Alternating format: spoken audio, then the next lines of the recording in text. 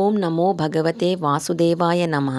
ఇవాళ మన భగవద్గీత శ్లోకం చతుర్థో అధ్యాయం జ్ఞానకర్మ సన్యాస యోగంలోని 20వ శ్లోకం.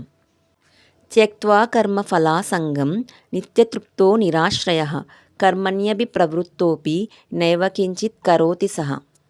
ఈ శ్లోకానికి అర్థం కర్మఫలాసక్తిని అంటే ఫలం అంటే మమకారం, ఆశ వదిలేసి ఎప్పుడూ తృప్తిగా ఉండి ఏ ఆధారం పైన అంటే ఆశ్రయం, అహంకారం, స్వార్థం పైన ఆధారపడని వాడు కర్మలలో పూర్తిగా నిమగ్నుడై ఉన్నట్టు కనిపించిన వాస్తవానికి అతడు ఏమీ చెయ్యనట్టే.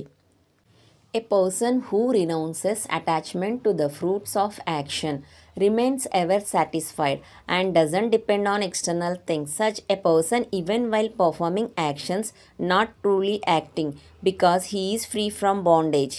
ఈ శ్లోకం ద్వారా మనం తెలుసుకోవాల్సింది, మనిషి తన కర్మ అంటే పని చేయకుండా ఉండలేడు. కానీ కర్మ ఫలితంపై మమకారం పెంచుకుంటే బాధ, నిరాశ వస్తాయి. కర్మఫలంపై ఆసక్తి లేకుండా కేవలం తన కర్తవ్యాన్ని చేయడమే మనసులో ఉంచుకుంటే ఆ కర్మ మనల్ని బంధించదు.